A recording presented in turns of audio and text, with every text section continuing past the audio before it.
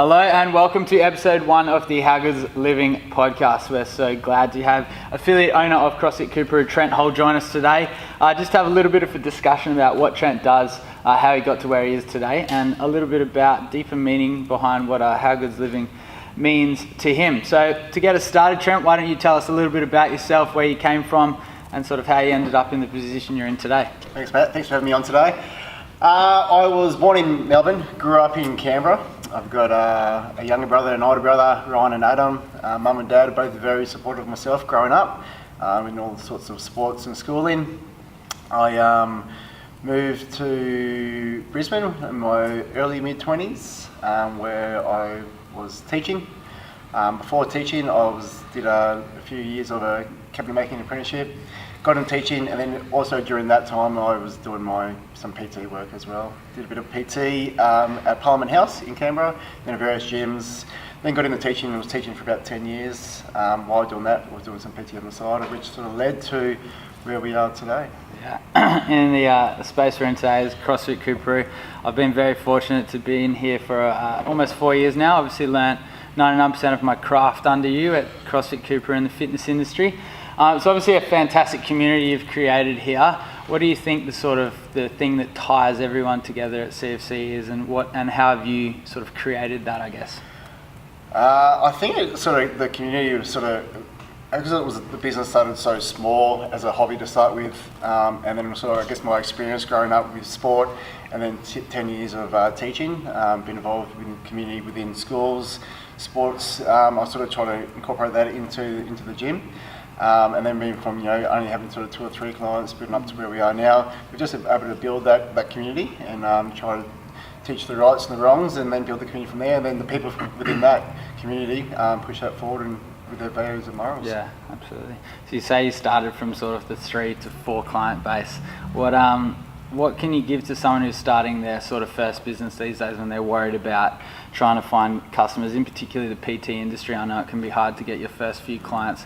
What's probably the biggest takeaway that you've learnt in your 10 plus years in the fitness industry? Being in it for the long term. It's not something that's going to happen in 1, 2, 3 or even 5 years, but probably long terms in 10 plus years. Yeah. And just grind and grind and grind. Yeah, absolutely. So you've obviously been through a lot. You've had injuries with your AFL career that you've gone through and stuff. What would you say the biggest setback you've had in your career, and talk us through how you sort of overcame that to give people a little bit of context? Good point. I probably had two big sort of setbacks, physical within some injuries, and then also with the business. I'll touch on both. So with my footy, I had up to about 15 operations on my knees and shoulders. It's quite a lot. All from football, not one from CrossFit. How about that? Yeah, there's a little record for you CrossFit haters out there. Some of those were quite serious injuries, knee reconstructions, shoulder recos, and so on. The biggest sort of part that sort of had me sort of wondering where I was going with my sort of fitness, with my football, and just in general in fitness and health. Because I started exercise at such a young age, that's all I did. That's what I was known for, sport and physical activity. I was working as a PE teacher, and when I was ahead about operation number 12, I remember sitting with the surgeon, and I said, when can I sort of get back into it? 6, 12 months, and he put his hand on my shoulder and said, basically, son, you'll be doing nothing more than a brisk walk for the rest of your life. And for someone who's played sport since he was 8 or 9, as a PE teacher, and that's what I identified myself with, that really sort of hit home. And it was a huge setback, but the way I sort of overcome it and to where I am today, where I can now snatch on heavy weight, I can sit out the back of a surf break and sort of look back to where I was and thinking there was no way through this, but now I'm doing these things. So that was a big setback there, and I'm really sort of grateful now to be where I am and just knowing that there's always going to be setbacks. Everyone has setbacks. Everyone has problems. The only people that don't have problems are dead people. Yeah. So stuck with it and kept growing away and got to where I am today, which is I'm really grateful for my own sort of physical fitness. Yeah. The other big one was probably part of the business, which you would know very much so. We had the business established for quite a few years, and only a few years ago We had a big sort of setback with the Brisbane City Council, landlords and some resident neighbours. Kenneth. Yeah, which almost came to the point where we were going to have to close the doors on the gym, and almost to the point where I was going to lose my house, go bankrupt and absolutely everything.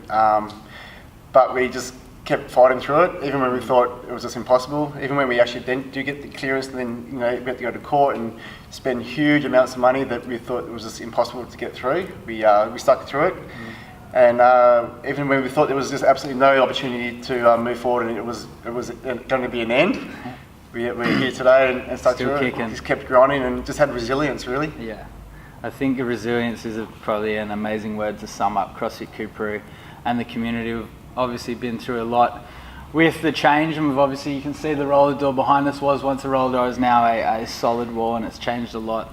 But the feeling inside the gym's never changed, and I think the community you built from your 3 members to the ground up is a clear example of how you can do that.